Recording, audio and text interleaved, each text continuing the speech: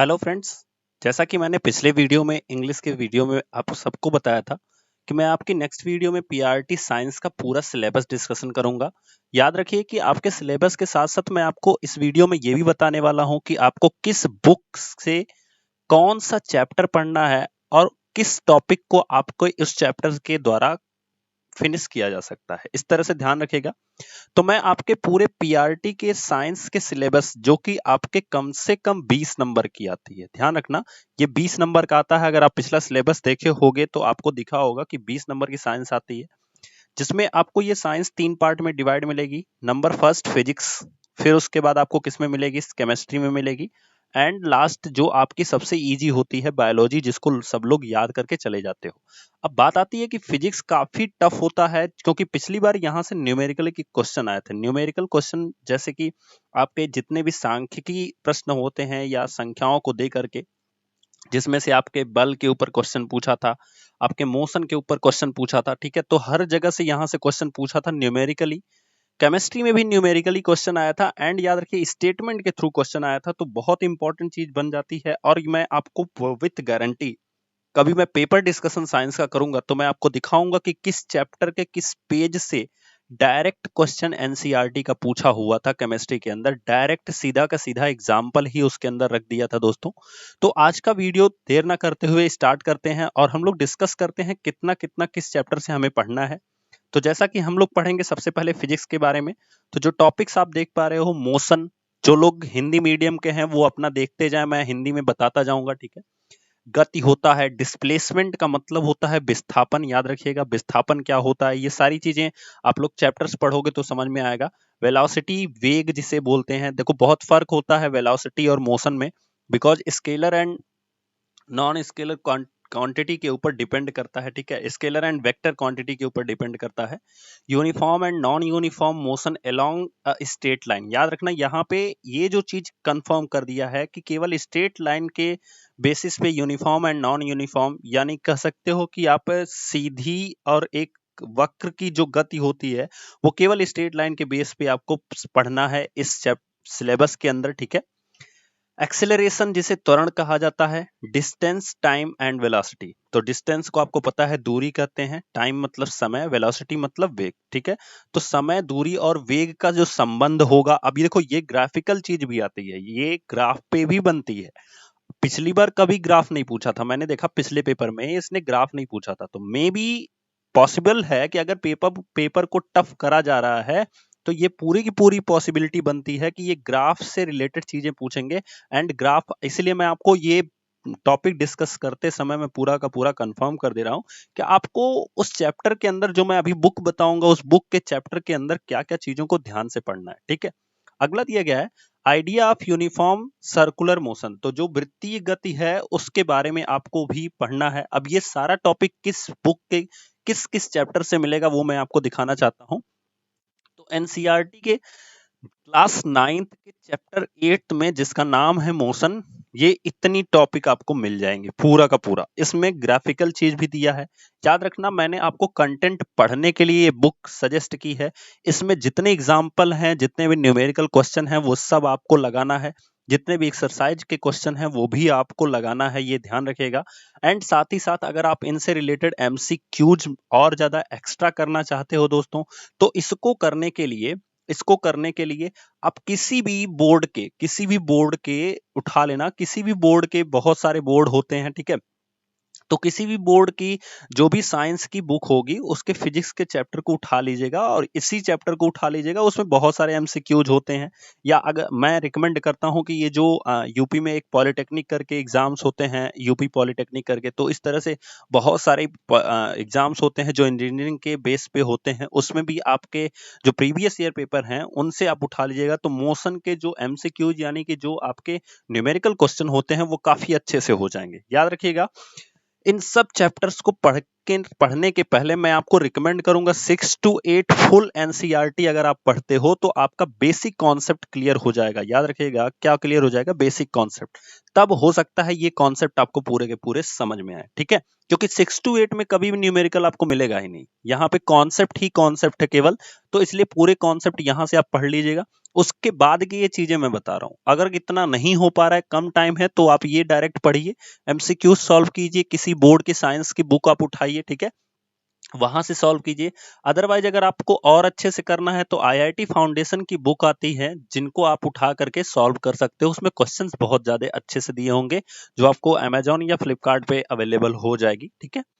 अगला देखते हैं, एक टॉपिक है जो सिंपल मशीन है, बड़ा यूनिक टॉपिक है क्योंकि ये अब एनसीईआरटी की बुक से हटा दिया गया है। मैं 6 to 8 पूरी बुक पढ़ दिया हूं, उसमें कहीं नहीं मिला मुझे ये, ना ही 9th की बुक में मिल रहा है। सिंपल मशीन जैसे मैं आपको बताऊं, उत्तोलक आप सुने होंगे, प्रथम प्रकार का उत्तोलक, द्वितीय प्रकार का उत्तोलक, तो ये जो चीजें हैं ये आपके सिंपल मशीन के अंदर आती हैं, ठीक है। अब ये 3 तरह के होते हैं, तो इनको आप कहीं भी यूट्यूब से या गूगल से जिस तरह से भी, या मैंने लिखा है अदर ओल्ड साइंस बुक, जो पुरानी किताबें हुआ करती थी। जैसे मैं आपको बताऊं, जो लोग 2009 या 2008 या 10 में अगर करे होंगे कहीं से 9th 10th, तो वहां की बुक्स में, उस टाइम की बुक्स में दिया रहता था ये उत्तोलक के बारे में, तो आप लोग वहां से डिस्कस कर सकते हो, ठीक है। और सेशन अगर आपको अच्छा लग रहा है दोस्तों, तो जरूर एक बार इस वीडियो को लाइक कर दीजिए, शेयर जरूर कर दीजिए, क्योंकि देखो इसके लिए तो आपसे पैसे लिए नहीं जा रहे हैं, फ्री ऑफ कॉस्ट सारी चीजें आपको अवेलेबल कराई जा रही हैं।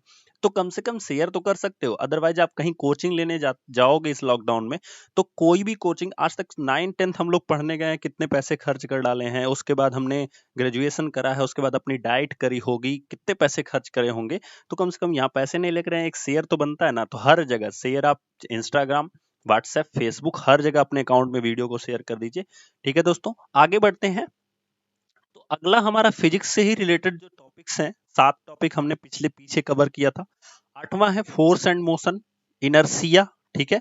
उसके बाद मोमेंटम, मोमेंटम है, फिर है force and acceleration, action and reaction forces. जैसे देखो ये हो गया बल और त्वरण का जो एक्शन होता है, और रिएक्शन जो होता है उसके बारे में। जैसे मान लो कि हम किसी भी गेंद पर दबाव डाल रहे हैं, ठीक है, तो गेंद दब जाती है, लेकिन वो गेंद हमारे ऊपर भी दबाव डालती है। जैसे ही हमारा दबाव हल्का होगा, वो गेंद फिर अपने शेप में आ जाती है। समझ में आ रही बात?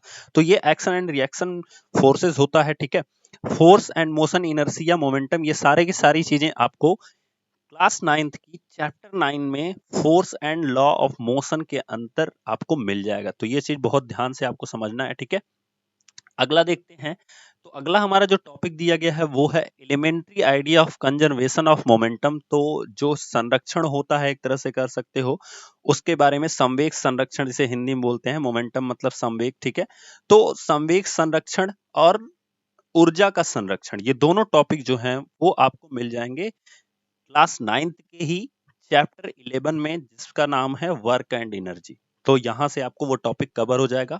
अगला हम देखेंगे दोस्तों अपनी केमिस्ट्री के बारे में। तो केमिस्ट्री के बारे में मैंने आपको बताया भी था कि बहुत ही इंपॉर्टेंट है, केमिस्ट्री से भी क्वेश्चन आए हैं, स्टेटमेंट के थ्रू आए। देखो केमिस्ट्री ऑलरेडी टफ होती है, और इसमें भी अगर स्टेटमेंट के थ्रू क्वेश्चन दे दे, कि आपको ये डिसाइड करना हो कि कौन सा इसमें दिया गया स्टेटमेंट सही है। जैसे मैं आपको एक एग्जांपल बताता हूँ, क्वेश्चन किस तरह का दिया गया था।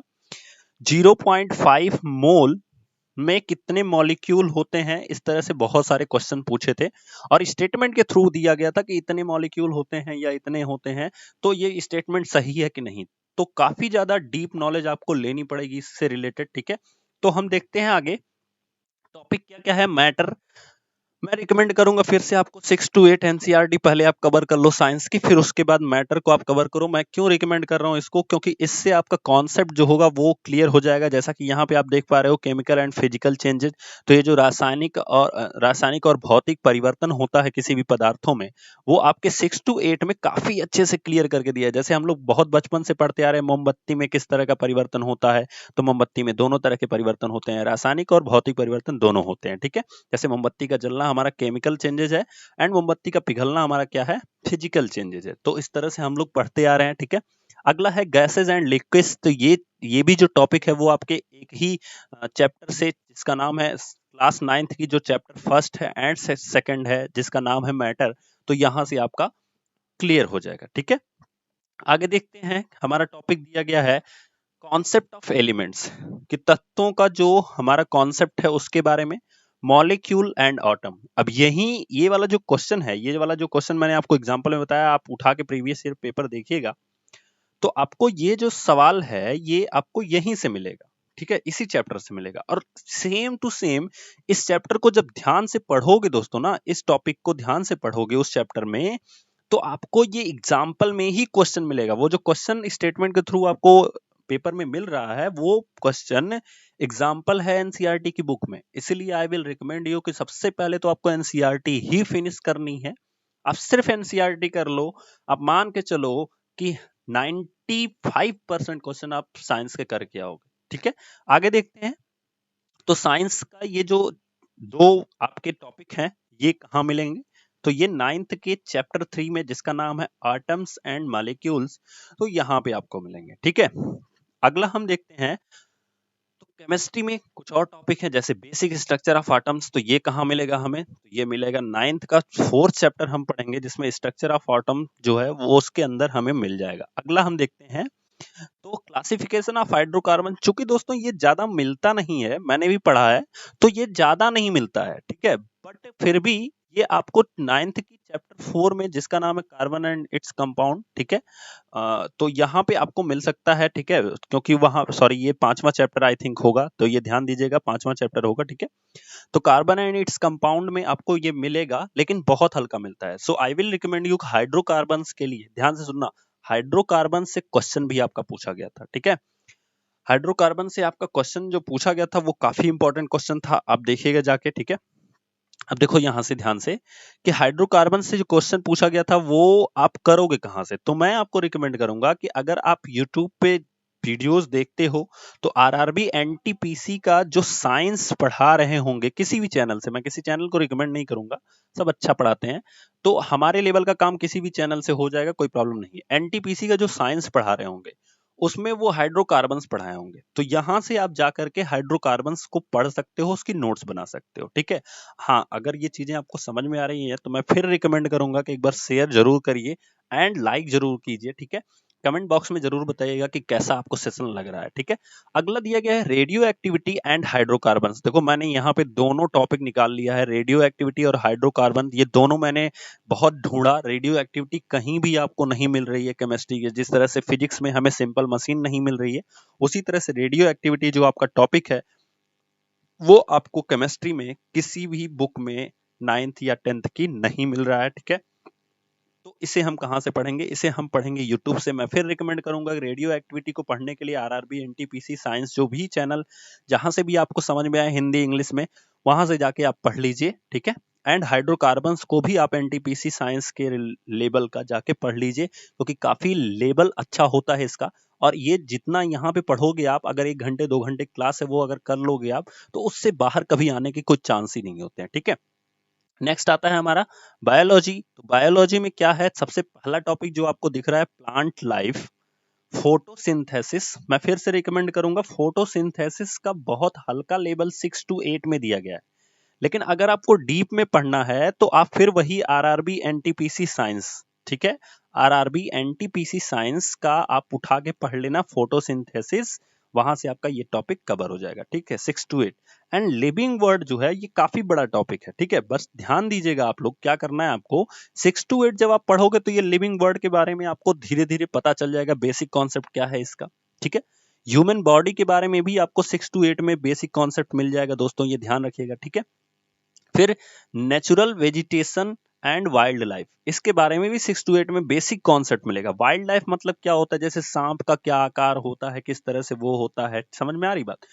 तो इस तरह के जितने जीव होते हैं उनके बारे में भी आपको मिल जाएगा। लेकिन अब अगर आप एनसीईआरटी में सीधे सीधे कॉन्सेप्ट में आना चाहते हो तो क्लास 10th की चैप्टर 6 एंड 7 जिसका नाम है life process control and coordination, तो ये दोनों चैप्टर को आप जब कवर अप करोगे तो ये सारी चीजें आपकी कवर होंगी। बट मैं आपको फिर से बता रहा हूँ फोटोसिंथेसिस इतनी अच्छी नहीं दी गई है इसके अंदर, सो आपको मैं रिकमेंड करूंगा आरआरबी एनटीपीसी साइंस से आप कनेक्ट करो, किसी भी चैनल से जहां से आपका मन करे वहां से आप पढ़ सकते हो। अगला है फूड एंड क्रॉप। तो फूड और क्रॉप जो है इसके बारे में कहां से आपको पढ़ना है, and green house effect natural resources ये कहां से पढ़ना है। तो चैप्टर 14 एंड 15 क्लास 9th का ही, तो आपको दिखा होगा क्लास 9th का, आप कह सकते हो कि 90 to 95% सिलेबस जो है वो क्लास 9th से ही है, ठीक है।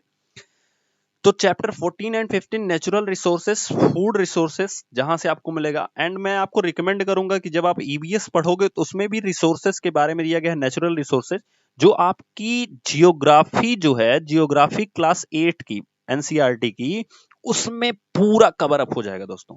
तो मैं आपसे रिकमेंड करूंगा कि आप उसको पूरा कवर अप करो जियोग्राफी से, सो ये सारी चीजें उसमें आपकी कवर हो जाएंगी, ठीक है। और अगर कोई भी टॉपिक आपको साइंस का नहीं मिल रहा है तो मैं फिर से रिकमेंड करूंगा आरआरबी एनटीपीसी, क्योंकि इस समय ये क्लासेस काफी अच्छे से चल रही हैं, तो यहां से जाके आप पढ़ सकते हो। कोई भी साइंस का टॉपिक अगर आपको नहीं समझ में आ रहा है तो यहां से वो टॉपिक सर्च करो, पढ़ सकते हो। देखो होता क्या है ना कि अगर हम खाली बैठे रहेंगे तो हमारे पास, जैसे मान लो आपको प्यास लगी है, ठीक है, मान लो आपको क्या लगी है, प्यास लगी है, तो आपको पानी के पास जाना होगा, पानी नहीं चल के आएगा आपके पास। समझ में आ रही बात?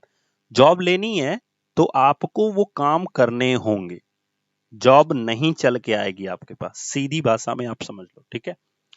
जिस तरह से कौवे को प्यास लगी थी, कहानी सुने होगे, तो कौवे ने इतनी इफर्ट करा था तब जाके उसने पानी पिया था। तो वो कंकड़ थे, वो जो टॉपिक है हमारे इस साइंस के सिलेबस के, वो हमारे कंकड़ हैं, और हमारा पानी उस घड़े के नीचे है, यानी हमारी जॉब यहाँ है। समझ में आ रही बात?